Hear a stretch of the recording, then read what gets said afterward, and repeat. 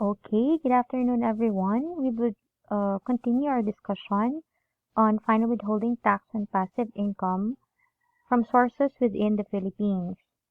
So let's start with the definition of a final withholding tax. A final withholding tax is a kind of tax which is prescribed on certain income payments and is not creditable against the income tax due of the payee on other income subject to regular rates of tax for the taxable year. So the income tax withheld constitutes the full and final payment of the income tax due from the payee on the particular income subjected to final withholding tax. So as an effective tool in the collection of taxes, the withholding tax system encourages voluntary compliance, reduces the cost of collection effort, prevents delinquencies and revenue loss for it is withheld on source, and it prevents dry spell in the fiscal conditions of the government by providing revenues throughout the taxable year. So we have 5 passive income derived from Philippine sources subject to final withholding tax. The first one is on interest income. Interest income on any currency bank deposit, yield, or other monetary benefits from deposit substitute, trust fund, and other similar arrangements. Let's define first um, terms that will be used in this section. You have a foreign currency deposit, a foreign currency deposit unit, which is a unit of local bank or of a local branch of a foreign bank authorized by the central bank to engage in foreign currency denominated transactions pursuant to provisions of RA 6426 as amended. So these transactions include accepting foreign currency deposits and granting of foreign loans to domestic borrowers. On this side, we have here the deposit substitute, which is an alternative form of obtaining funds from the public other than deposits through the issuance, endorsement, or acceptance of debt instruments for the borrower's own account. So for example, we have here treasury notes of the Bangko Sentral are considered as deposit substitute, the yield of which is subject to the final tax. Next up is on the rates. How much is the final tax, the rates of these final taxes? Okay, to start with, under the expanded foreign currency deposit system, as you can see here, for resident and a resident citizen and resident alien, the final tax is at 15%. A non-resident citizen is exempt from final tax, and non-resident alien engaged in trade or business is also exempt from final withholding tax. Take note, by the way, that the codal provisions for the references is from the National Internal Revenue Code, Section 24 and Section 25.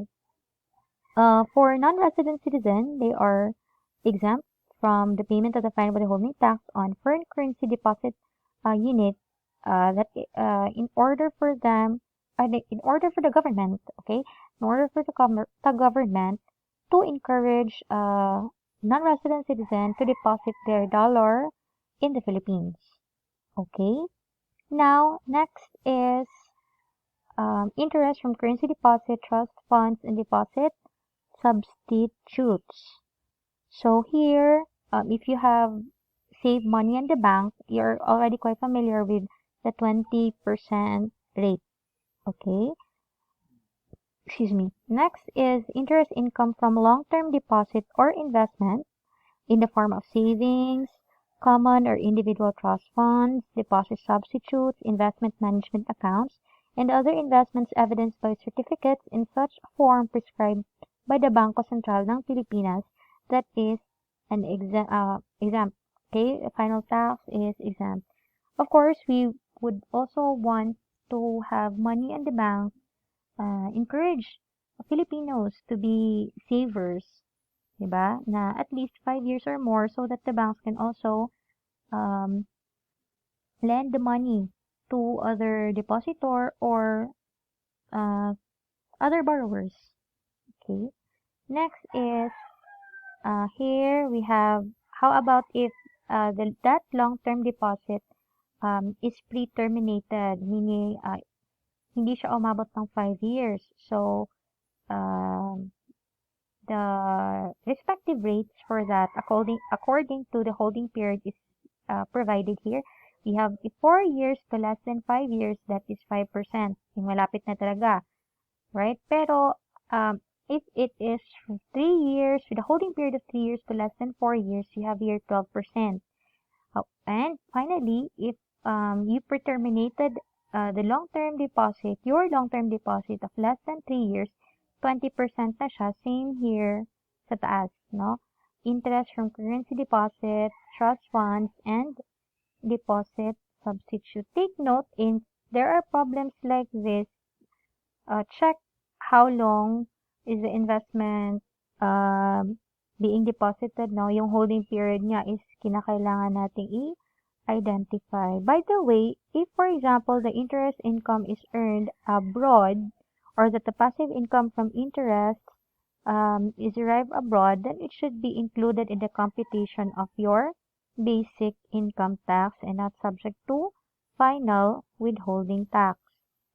Okay, now we have the second passive income subject to final withholding tax is our dividends. So the dividends from domestic corporation or from a joint stock company, insurance or mutual fund companies, and regional operating headquarters of multinational companies. Here we are referring to dividend income, only to cash and property dividends. So here, dividends actually are constructively received from domestic corporation, joint stock company, insurance or mutual fund company. Ito yung sinabi ko kanina, no? Share in the distributable net income after tax of a partnership, except general professional partnership, and share in the net income after tax of association, joint account, taxable venture, or consortium at 10%. Okay. I would like to reiterate that the dividend income that we refer here is the cash dividend and property dividend, because these dividends are considered as an income, okay, as compared to the liquidating dividend and stock dividend. Now, what about your non-resident alien engaged in trade or business? What is the tax rate? So the tax rate is at 20%. Okay, so that would be for dividends. You just remember the rates, no? And who is the taxpayer? Next one is actually yung last three nandito na, diba? Tapos na tayo with the interest, tapos na tayo with the dividends. Now, we proceed with royalties, prizes, and winnings. So, royalties, we have here royalties from books, literary works, and musical composition, and other royalties. Prizes, which amounts to more than, or its value exceeds 10,000. And winnings from PCSO and Lotto winnings, an amount is more than the 10,000 pesos. So on royalties, we have here royalties from books, literary works, and musical composition, that is at 10%. Okay, 10% po tayo dyan. However, if it does not belong to these three, hindi sa tatlong ito, it will fall under the other royalties. Now, if the royalty income is earned abroad, it will be computed as part of the basic tax computation. Take note that these tax rates is applicable to individual kasi iba din yung tax rate for corporations. Okay, for passive income from prizes, so doon naman tayo sa passive income from prizes here. Prizes that amount is more than the 10,000, so that is 20%. So, ipakita na lang muna natin ang sa winnings. So, winnings. So, what's the difference between prizes and winnings pala? Okay, a prize is a result of an effort such as joining a ML competition. Okay? Grabe kayong hago kayo sa inyong utok, guys. Now, on the other hand, winning is a result of a transaction where the outcome depends upon chance, such as betting. Okay, so if the amount of the prize does not exceed the 10,000, the same is subject to basic tax. So pag less than 10,000, dun siya sa basic tax computation. Okay, pag mag-exceed siya ng 10,000, eto na, 20% na po yung final tax rate. On winnings, we have here, amount to is more than the 10,000. We have for a resident citizen, a resident alien, a non-resident citizen, that is 20%. On the other hand, if you're a non-resident alien engaged in trade or business, you are exempt. Of course, hindi ko din alam kung why exempt si non-resident alien engaged in trade or business compared to the resident citizen. No, of course, that is the wisdom of the Congress. So now, prior to train law, guys, on winnings prior to train law, PCSO and lotto winnings are exempt from final taxes. Now, for winnings which exceed 10,000, it is already subject to the 20% tax. You also have here other winnings kasi nga, ito para sa mga PCSO and lotto winnings. So, we also have other winnings, guys. Cash all provision, except yung winnings on race, betting sa horse race kasi under siya sa percentage taxes. So, hindi siya final tax. Now, you have noticed that we've discussed yung sa resident citizen, resident alien, non-resident citizen, and non-resident alien engaged in trade or business. How about the non-resident alien not engaged in trade or business? Magkano ba yung babayaran nilang final tax if there are any? So here, non-resident alien not engaged in trade or business within the Philippines. This is provided under Section 25. There shall be levied, collected, and paid for each taxable year upon the entire income received from all sources within the Philippines by every non-resident alien not engaged in trade or business within the Philippines is interest, cash on or property, dividends, rents, salaries, wages, premiums, annuities. So, entire income nila received from all sources within the Philippines is subject to 25% final tax. Okay, so that is all for the final withholding tax. And we will have sample questions later this evening. Actually, I've already assigned questions now, so we will discuss the solutions and the problems provided as your assignment.